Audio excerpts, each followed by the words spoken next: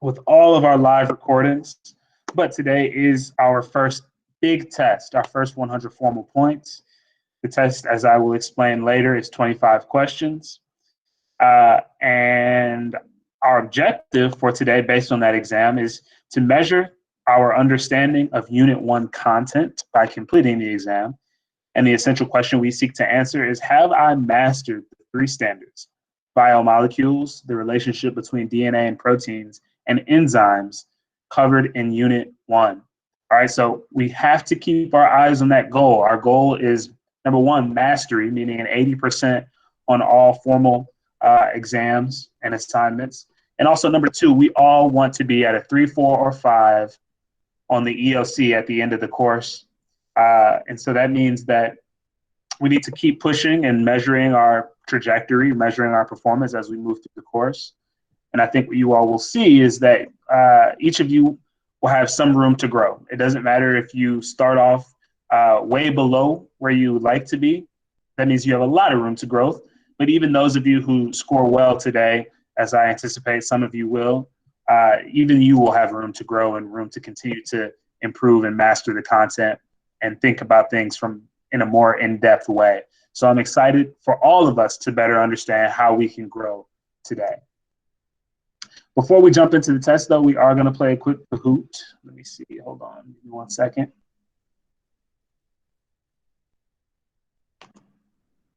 Stop sharing.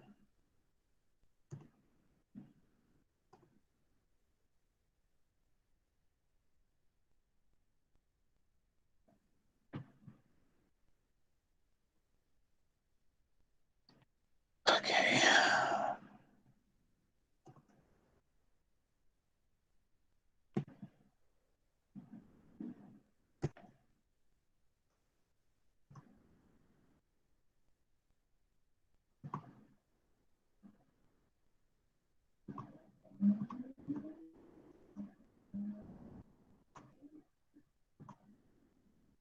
All right, so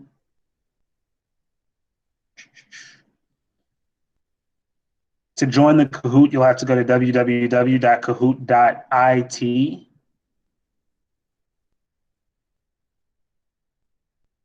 And enter the game code 9599327. I just sent that information to the chat. And you should also be able to see the screen, hopefully.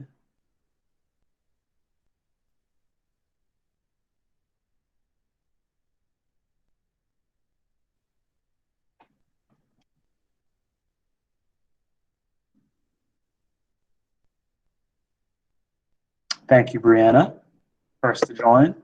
I think everybody should be joining as soon as possible so we can go ahead and get started and get some good review before we begin the exam.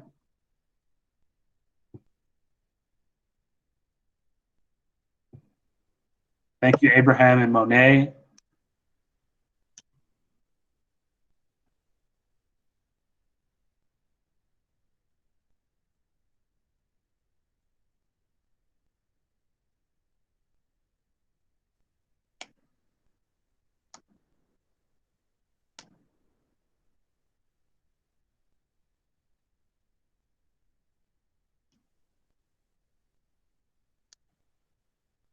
Thank you, Jason, Rudy, Ayana, and Kathy.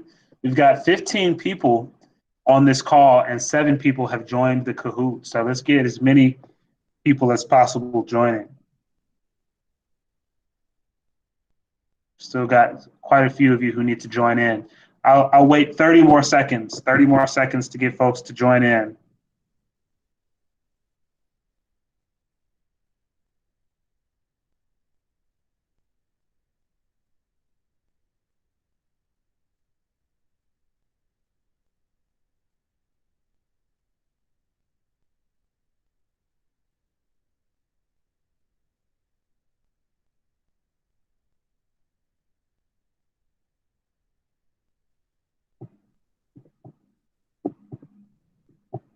Okay, so we've only got 7 out of 15. Come on, folks, where are we? I know more than just these 7 people want to do well on the exam today.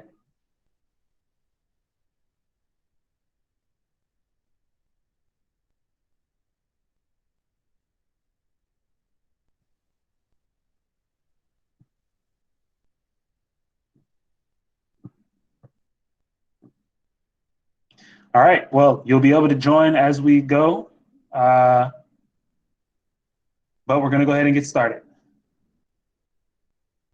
So this is specifically about enzymes, which I think you all need the most help with. So what does an enzyme do? What does an enzyme do?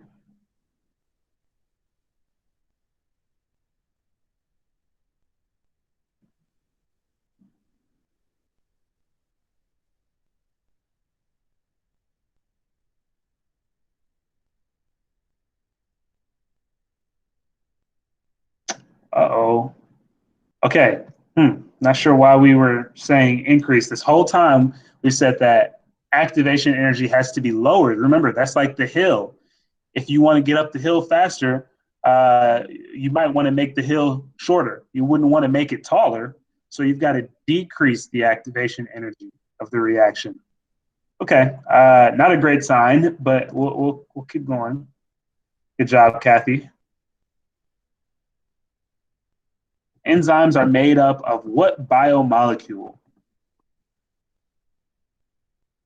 Which of our four biomolecules is an enzyme?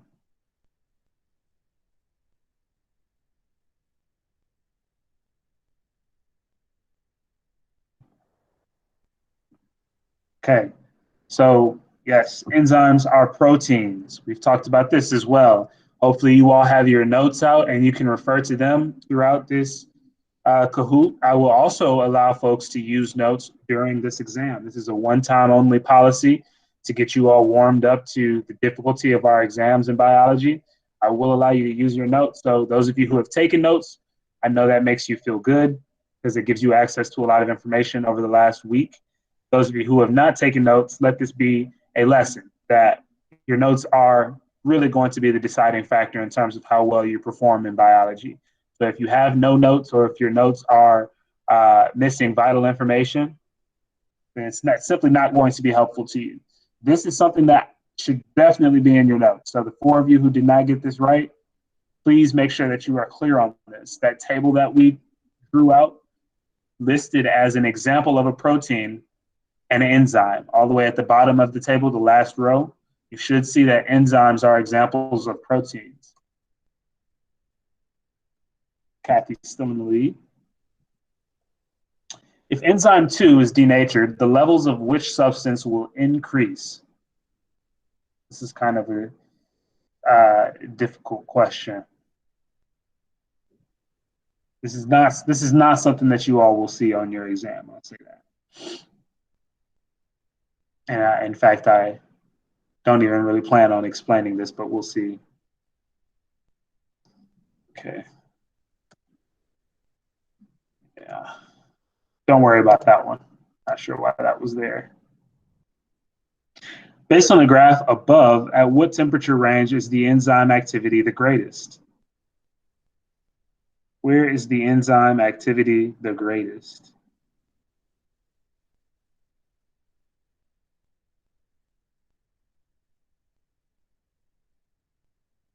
This is one you should feel comfortable answering. All right, good. 4 out of the 7 of you. So we look at this. The enzyme activity is the greatest where the graph is the highest.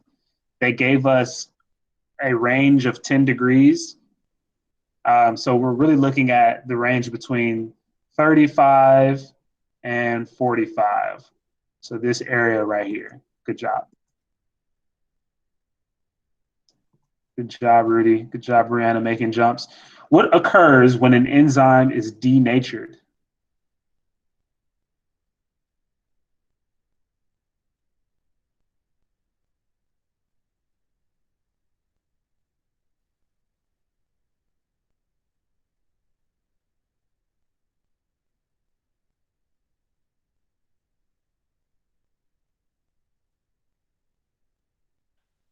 Good. The enzyme changes shape. That's what it means to be denatured, that your active site has changed shapes.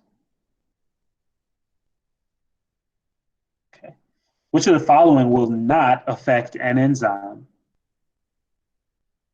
pH, amount of water, temperature, substrate concentration.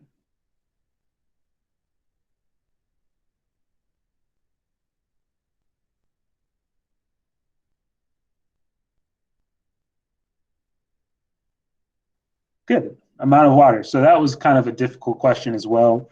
Uh, we don't really talk much about it in a biology level of this, or a biology course of this level, but the substrate concentration, if you've got more substrate, then the enzyme is going to perform better.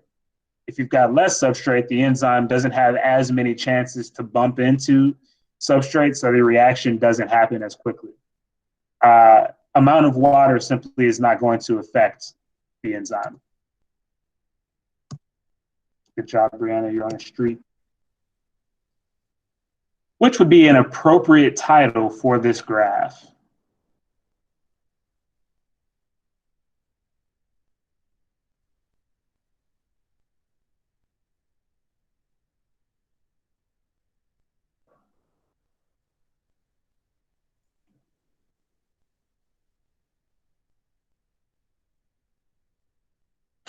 Okay, yeah. So several of you said enzyme action and changes in pH. So we don't actually have pH changing here. The pH is 2 the entire time. So the only thing that's changing is the temperature. So you want to be careful with that. This would be a perfect title.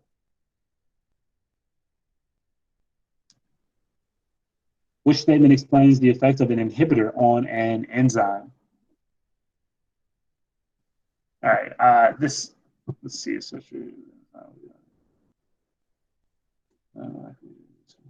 It's the square. Square is the correct answer. It's green. We didn't cover this. It's above the level of this course, but square should be the green answer. Yeah. Which of the following suggests that the shape of an enzyme determines the enzyme's function?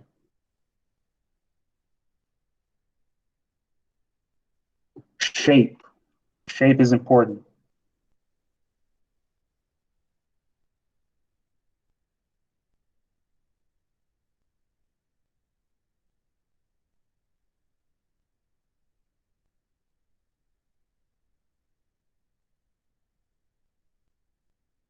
Yes, good. So the specificity of an enzyme results from its shape. We've got a tight race at the top between Kathy and Rudy. Kathy's got 6 in a row. At which pH is the enzyme the most active?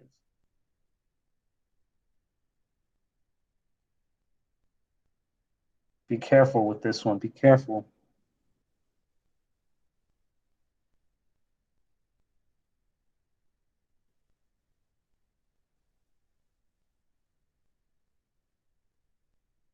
All right. Yeah, good. So I thought that was going to trick most of you, but it said most active. So in this case, the reaction time is on the y axis. So an enzyme is more active when it doesn't take as long. So we want the reaction time to be low. The lowest point is going to be 7.1 here, a pH of 7.1. Okay, this is tough. Which is the most valid conclusion based on this graph?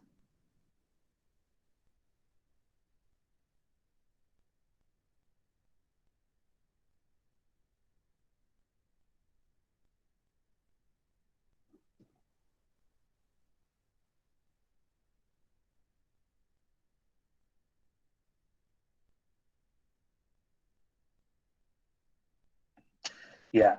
So some of you said raising the temperature always makes an enzyme work better. A couple of you said that. But if we look, if we're at 40 degrees Celsius and we raise it to 50 degrees Celsius, the enzyme actually starts to work worse. And if we raise it again to 60 degrees Celsius, the enzyme doesn't even work at all. So increasing the temperature only helps until you get to about 40 degrees Celsius. And then if you continue raising the temperature, it actually hurts the enzyme. It denatures it. Big jump from Jason there. What colored line shows the reaction with the enzyme? With the enzyme.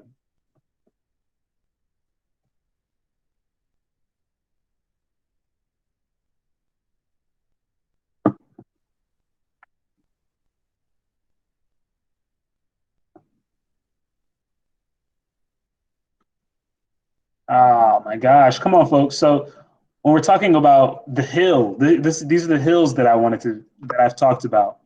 You want the shortest hill. That means that the enzyme is being used. You want the shortest hill possible. Okay, so the red curve in this case represents the use of an enzyme because the enzyme shortens the hill.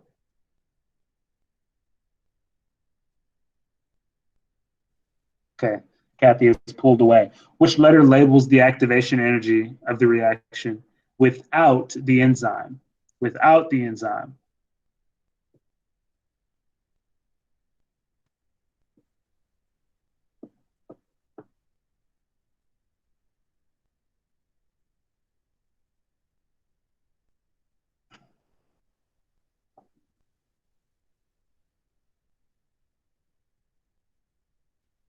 Really? Okay. I'm not sure why you guys are struggling with that one. So without the enzyme is represented by the taller hill. Okay, so we want to look at this hill right here, which is the activation energy is going to be represented by A. So we might have to come back and cover that a little bit more. You guys seem to be struggling. I had logged out of it, and so now I'm trying to get back into it. But okay, now I see the pin number. Oh, you need the pen? Yeah, I was like struggling because I got logged out of it. Okay. It's at the bottom there, 9599327. I just sent it to the chat.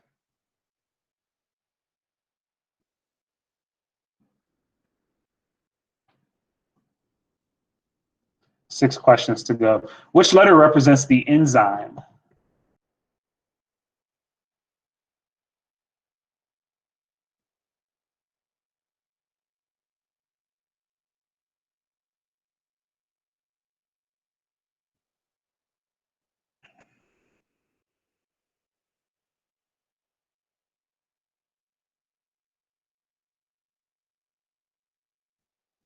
Okay, so half of you said C. So C represents the enzyme, what's called the enzyme substrate complex. That occurs when the substrate has now binded to the enzyme. So what we're looking for is the enzyme by itself. That has to be B.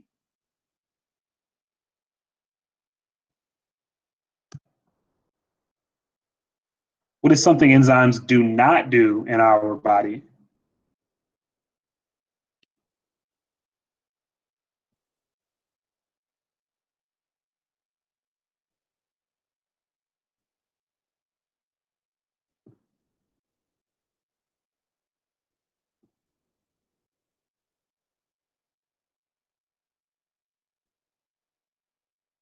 All right, yeah, they do not build substrates. So a substrate is the reactant. The substrate itself is not actually affected by the enzyme. Once the substrate enters the enzyme's active site, then the reaction takes place and it becomes a product. So the enzyme does not help to build up a substrate. A substrate is what it is. One more. Which of the following is an example of an enzyme?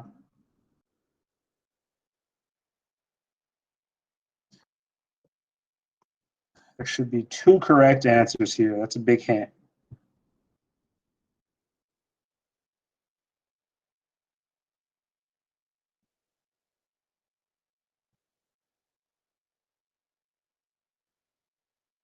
Good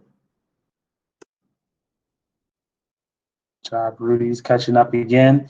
What temperature will cause the enzyme to denature?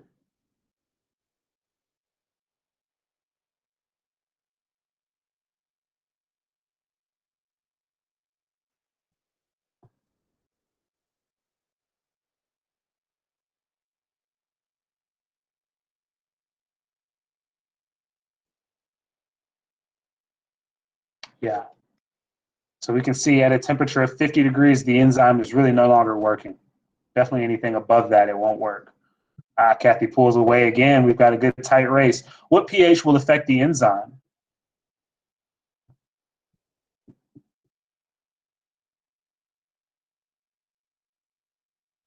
Not exactly sure what's meant by the wording here, but let's kind of see.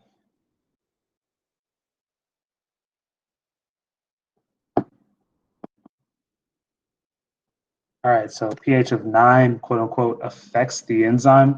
Not sure what they meant by that. Not sure how you guys all got that right, but good job. And lastly, enzymes can be reused and are unchanged after a reaction. Is that true or false?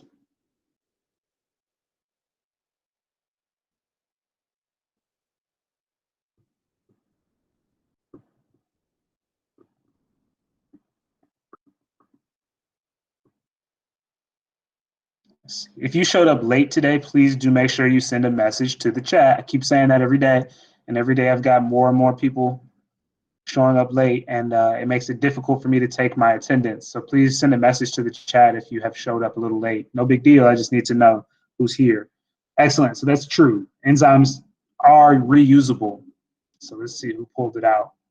In third place, Jason, 10 out of 20, not bad. In second place, Rudy, 13 out of 20, good job. And 15 out of 20 goes to Kathy. Excellent job. First place finish, Kathy. All right, so seems like we still have some things we need to work on, but we do need to take this test. Again, I want to, let me go back to my slides. Although today is test day, I don't want you all to be discouraged. I don't want you to be scared or too nervous because we all, like I said, have room to grow. We're all going to start off on at a place where there will still be improvement. So where you start today is ultimately not going to be where you finish at the end of the course because you'll learn a lot more. You'll get practice with these tests. Make sure you do have some paper out, even if you don't have your notes, because I want you all to employ some of those test taking strategies we've talked about in terms of using a brain dump, in terms of doing some process of elimination. Have something out so you can write down notes and get used to doing that because you will have the opportunity to do that on the EOC at the end of the year. So right before we begin the exam, I just want to give you all a little bit of encouragement from our new Vice President, Kamala Harris. A quote of hers that I like and that I think is directly applicable to what we are experiencing today with this test is that optimism is the fuel driving every fight I've been in. And so by that, I think that she's just saying you have to remain hopeful. And I want you all to maintain that same idea, that same feeling. Remain hopeful, even if you're like, I have no idea. I'm going to be honest with you, Mr. Rudd. I have not been paying attention. I don't know what's going on in biology. You still have to remain hopeful, but you still have to put the work in. Okay, so remain hopeful that you can put the work in. None of you is, none of you is lazy inherently. None of you is going to struggle forever. You might struggle a little bit in the beginning because you weren't ready to come back from break or you were just annoyed by school in general. You're tired of virtual learning. We all have these things going on. But as long as we can remain optimistic about our ability to improve ourselves, we are at least taking that first step towards doing so.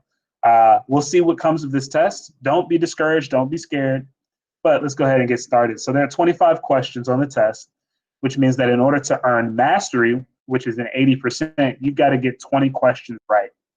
Okay, so I just want to put that out there. I know you all can do it. I'm very confident in your abilities.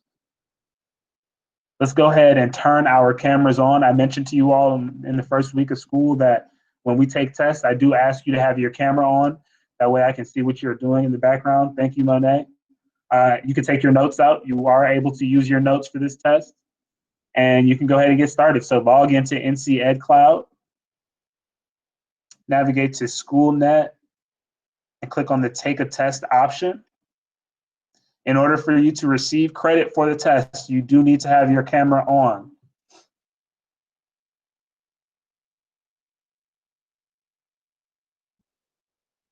And the test code to actually access the test is available on your screen.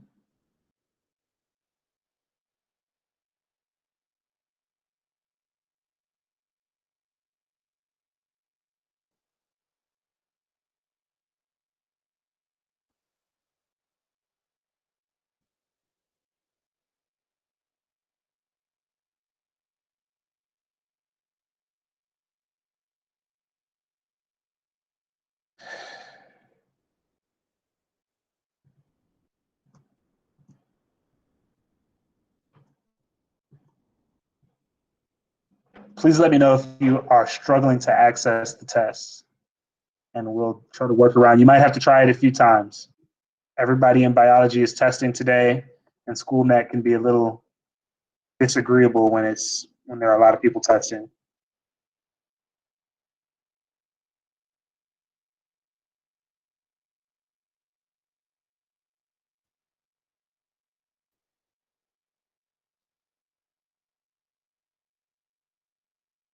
What do you mean, Chandler? You said me.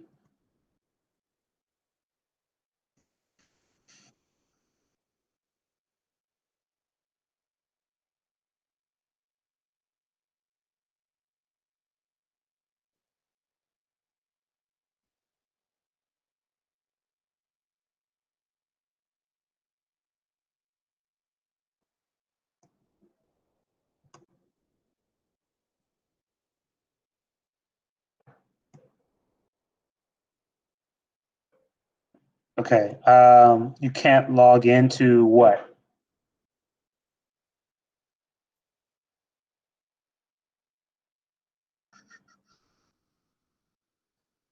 Make sure you've got BIO. Let me send it to the chat.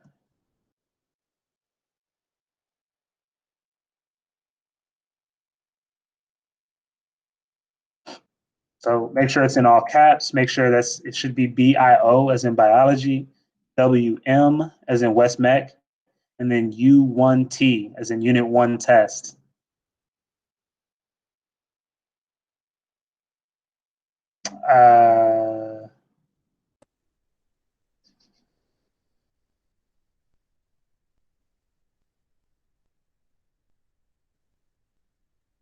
So those of you without your cameras on, please know that you will not receive credit for this test until I can verify that you are actually here taking it.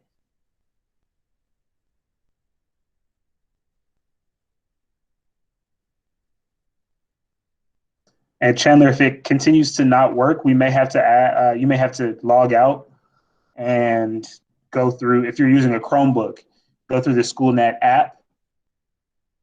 So you'll log out and there's a series of buttons in the bottom left of your screen, and it should give you an opportunity to click on apps and then SchoolNet. And it should allow you access that way. Sometimes that works better.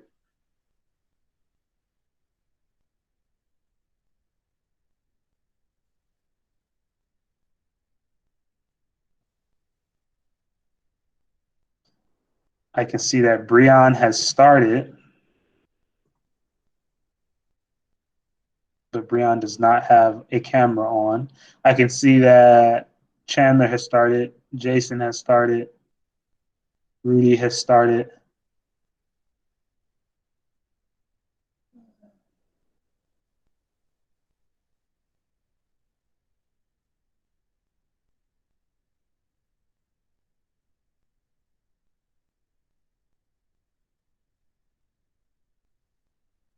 I can see that Abraham and Kathy and Brianna and Monet have started.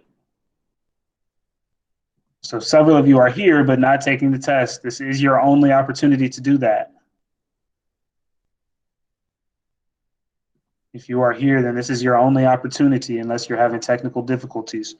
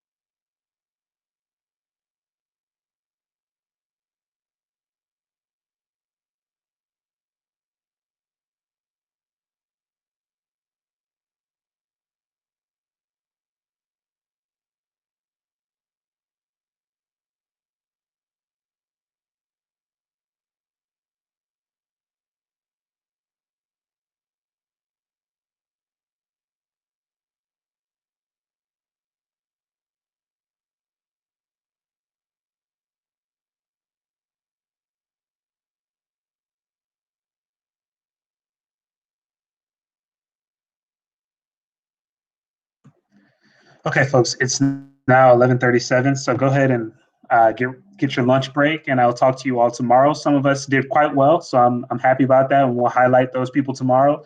Others still have some work to do, but it's only the beginning, and we'll all get better. So have a good day, and I'll talk to you all tomorrow, last day of the week.